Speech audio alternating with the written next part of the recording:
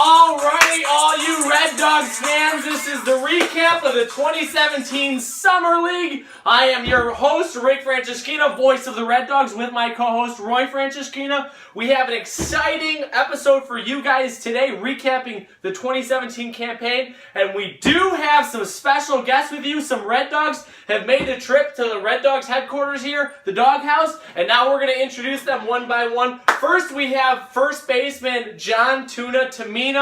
He's going to be joining us on today's telecast. We have second baseman Brian Spy Spahalski. He's also going to be joining us today. We have James Pickham. He's coming in as another special guest. And then our very, very special guest for today is the newly appointed manager of the Red Dogs. Came down from Mr. Pickham himself after winning the 2017 Summer League Championship. It is number 3. He has his number retired up in the Raptor. It is Matt Zimmer. Matt Zimmer, welcome on to the Doghouse. I want to thank all you guys. Hey, now, in right here, everybody. Every single one. As the newly appointed manager, you get to have the honors of unveiling the 2017 Summer League Championship banner. I just want to say, this had nothing to do with me. This was all the guys on the field, all the guys behind the plate, Zach Mangerson at the mound. I mean, everyone just did it. They did their jobs, and this is what we got for it. There it is, guys. There it is. I'm very proud of every single one of the guys on this roster. We earned this. I tell you what, it looks really good to finally have 3 championships up there. I know 2016 was a rough year for the Red Dogs, losing in the championship, both the Summer League and the Fall League, but that is in the past. We have reached the peak of the Orland Park Recreational Softball World. Once again, we are the 2017 Summer League champions. Now, we're going to talk a little bit about the whole season in its entirety. Early on in the year, the Red Dogs got off to a great start. I believe we started the year 6-0. Does that sound right? Somewhere around there. That sounds correct to me. Sounds about right.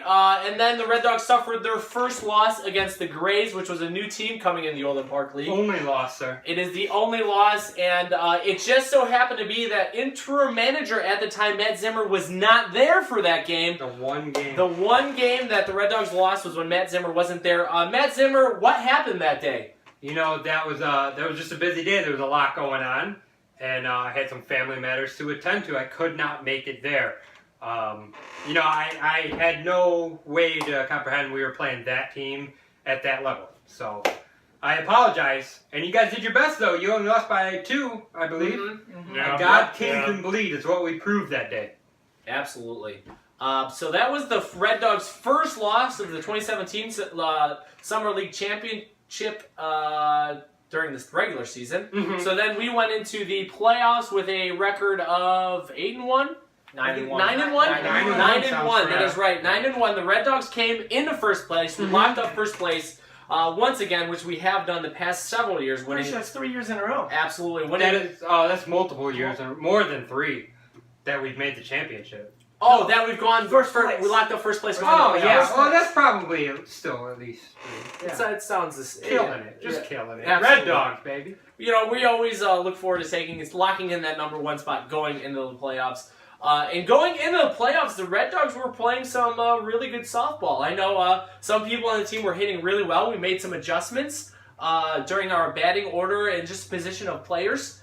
We made some changes there, and the Red Dogs were coming in hot. And it came to be that first game of the playoffs. Zach Mangerson was not going to be able to make it, so we had to look forward to the next guy, the number 2 on our pitching staff, which was James Pickham, and he did a phenomenal job on the mound. James, you want to talk us through that first opening round playoff game and your job on the mound? Of course, Rick. Yeah, it was nerve-wracking. Hadn't pitched all year, had barely pitched in the fall league as well, and as a former Cy Young Award winner in the Summer Softball League, you know, I just sunk down to those natural instincts, and I feel like I threw one of the best games in my career. It's like a second second nature to me, just getting back on the mound, like riding a bike, Rick. You know, it was almost like the other team didn't even show up that It's day. like the other team didn't even show up. You're exactly right, Mr. Spy. Yeah, so the Red Dogs ended up winning that first game of the playoffs 7-0 on forfeit. The team did not have enough players to actually field the team, so the Red Dogs... Or they were just afraid of us. They were. That's It's really I speculation. feel like they were afraid of us. It's Terrifying. speculation. Regardless, it went to a 7-0 victory. James Pickham threw a scoreless game. And the Red Dogs pretty much finished that day just kind of practicing and getting ready for Championship Sunday, which we have now made 6 in a row, I believe. 6 straight Championship now, hold Sundays. on. We need to talk about that semifinal game against last year's summer champions, now called Fatties. Last year they were Manbury Puigs. Rick, how do we fare in that game? Well, going to Championship Sunday, that was our first test, was facing Manbury Puigs, formerly known as Manbury Puigs, now Fatty's Pub. They were a tough team, and the Red Dogs actually started that game down 5-0 in the early innings, but the Red Dogs were able to maintain their composure, and they were able to get some runs here and there. It was a team effort, and let's ask Spy, as far as the offensively, how do you think the Red Dogs did in those first couple innings trying to keep their composure being down 5-0? I think they did what we always do. We stayed true to ourselves and didn't try to hit the long ball. We were just a station-to-station team, hit base hits and doubles, and we fought back, and we got the lead. Absolutely. And I wanna throw this next question out to John Tomino, because we, in that game against Fatty's Pub, we heavily relied on the bottom of the order to finally move some runners over. In the beginning of the year and throughout most of the year in the early playoffs, the Red Dogs had a phenomenal top of the order, bringing in a lot of runs. The run production there was very high, but in that Fatty's Pub matchup, the Red Dogs struggled. That top of the order really struggled, and it was the middle of the order and the bottom of the order that really stepped up to the plate and started getting in those runs. Now, John Tomino, I know you had a maybe offensive struggle this year, but in that game against Fatty's Pub, the bottom of the order really stepped up and came through and got us some runs. Is being the last person in the order, what was your mentality going up to the plate, knowing the top of the order was not getting the job done? I think it was a total team effort this year, and it was a total team effort in the playoffs. So I know we saw that the top of the order didn't get the job done in that first inning. I want to say it was a 1-2-3 inning, and guys got the job done. Guys like Spy, guys like Pickham. I can't think of our lineup at the moment, but it was something magical. It really was. When you pick up a teammate like that, when you pick up the top of the order, it sparks them to do something. And that second go around with that lineup, Weimer, Jay, that top it lit a fire underneath the top of the order, and that's when we went up on them, and we never put the foot on the brake at that point. So it was magic. Absolutely. So the Red Dogs ended up taking control of that game, putting a stranglehold on it in the later innings of the game. We were able to shut down Fatty's Pub. I think we actually held them scoreless for the last 4 innings. I believe so. I could be wrong. Yeah. But once again, the Red Dogs relied on their strong defense to kind of hold that lead, and we did, and we ended up winning by, was it 13-7? Oh, I thought they ended at 5. Did No. they only put up 5? I think, yeah. No, Put a couple more? I believe the final score was 9-6. 9-6. 9-6. Okay, that was a bit off whatever. there. Our That's game, okay. our game lies in softball, not in Instagram. We don't Absolutely. fire shots on Instagram. We put up runs in the ball game. Absolutely. That's what we do. So the Red Dogs going to the championship once again, beating Fatty's Pub 9-6. Thank you, Spy, for that fact check. And then it was on to waiting to the next semifinals game to see who the Red Dogs would face in the championship. Now, this is when we have to go back to the regular season, and the matchup was the Grays versus the Empty Netters. The Empty Netters, they have a new name, I think, but Empty formerly known as Netters, the Empty Netters have never been there. They're always that team. They're in the league. They've never been in the semifinals. Absolutely. How did they get this far? So the Empty Netters, the old veteran team, full of a lot of dads out there, guys, in their 40s and 50s. Guys just trying. Absolutely, they just want to get out and play some softball on Sundays. So they were facing the Grays. Now, the Grays were a powerhouse throughout the season. Offensively, they just dominated in every category. and they ended up locking up, I think, the 3 spot in the regular season. So now this is a new team to our league. They apparently travel the country, Mm-hmm. and they have 2 teams, maybe 3 teams. 2 or 3. And they got a couple squads. during the season, we beat them one game, which they had their beat the C squad. B or C squad, and we slaughtered them. And the one loss we had, they brought their A team, and we lost by a few runs. So we were pretty sure that we were going to have to face them in the championship, so we were ready and prepared to For the Grays. get that revenge for the Grays. So they were eager and hungry, but obviously so are we. We've been there. They haven't. Not in this league at Now, least. I'd like to take a poll of the players we have here. Raise of hands, who was scared of the Empty Netters going into the championship game? All right, raise of hands, who were maybe a little bit frightened to face the Grays? Yo, that's right here. I'm not gonna lie, I was a little bit afraid that we'd have to face the Grays, knowing that they were gonna beat the Empty Netters. However, in that second semifinals game, in the first several innings, the Empty Netters somehow were able to shut down the Grays offense. We saw some of the Grays players started to show up in the middle of the innings. Yep. I want to say it was probably their A squad guys, and they were down handedly by several runs. And it actually came down to the last inning. The Empty Netters in the bottom of the 7th inning were able to hold off the Grays and win the game, clinching their first championship game Appearance. in their that we know of, yes. that we know of in their franchise history. So the table was set. The 2017 Summer League Championship was going to be the Red Dogs versus the Empty Netters, and boy, was it a game. Now, there was some concerns and some question marks up into that game, deciding if we were going to bat 12 or if we were going to bat 10. Now, I want to throw it over to Zimmer, because you had, being the manager, you had to have a say in if we were going to go with a 12-guy rotation or a 10-guy lineup. And what was your thought process in the lineup that was created? In my head, we had all season batted 11, usually, and it led to a 1-loss season. So why not stick with that? We also had I would say, a record turnout for Red Dogs roster. So there were a lot of guys there. In my head, I still thought we should have gone 11. And we did? We didn't? We did. We did go go 11. Oh, we didn't go. Okay, great. So we went with 11. And some people had to take a seat that probably didn't deserve to take a seat, but they did.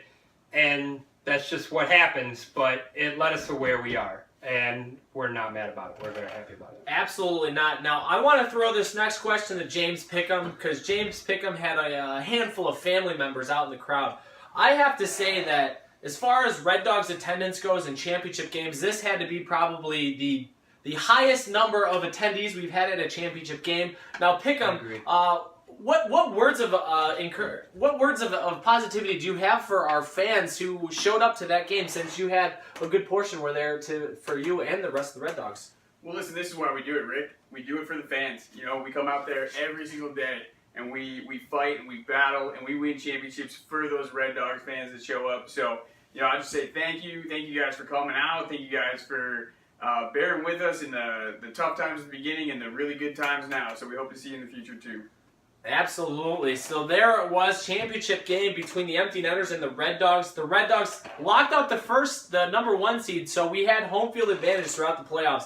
And it was critical that we got our first base side bench. And when we did that, there was just a confidence that we had. Now, once again, the Red Dogs kind of struggled to get some runs in the first several innings.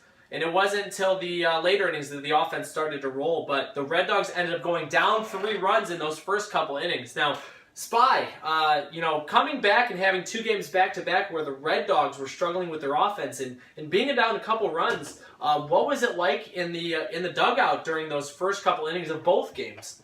It was loose. We had been there before, so we knew the situation.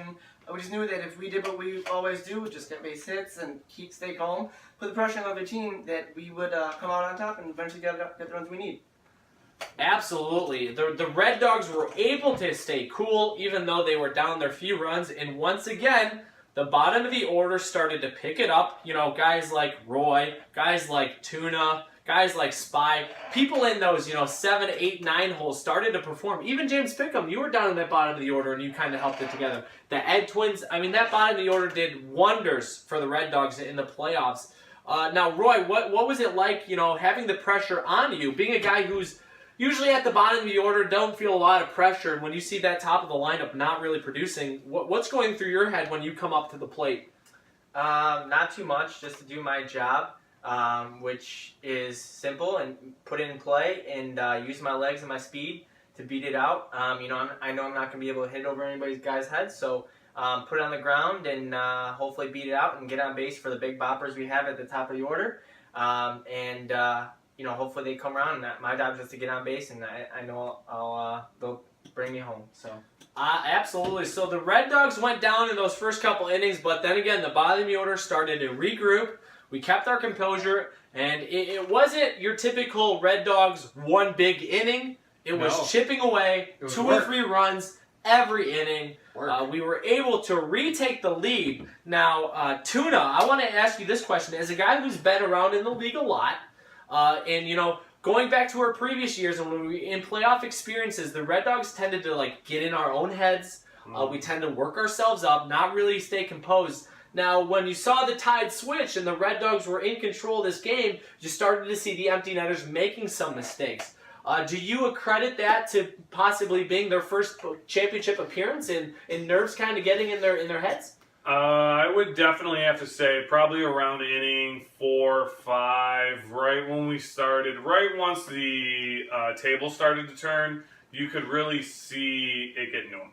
All of a sudden, that ball wasn't a strike, that ball was a ball, that was a foul ball, that was a fair ball. You didn't step on the bag at first base. I mean, really just childish stuff that, you hear little kids argue about in T-ball. So I think the reason they were doing that was because the pressure was getting to them. Mm-hmm. And, the mightiest foes, dudes with the biggest calves in the planet, if you find some cracks in those calves, you're going to fall apart. And that's what happened on Championship Sunday. So.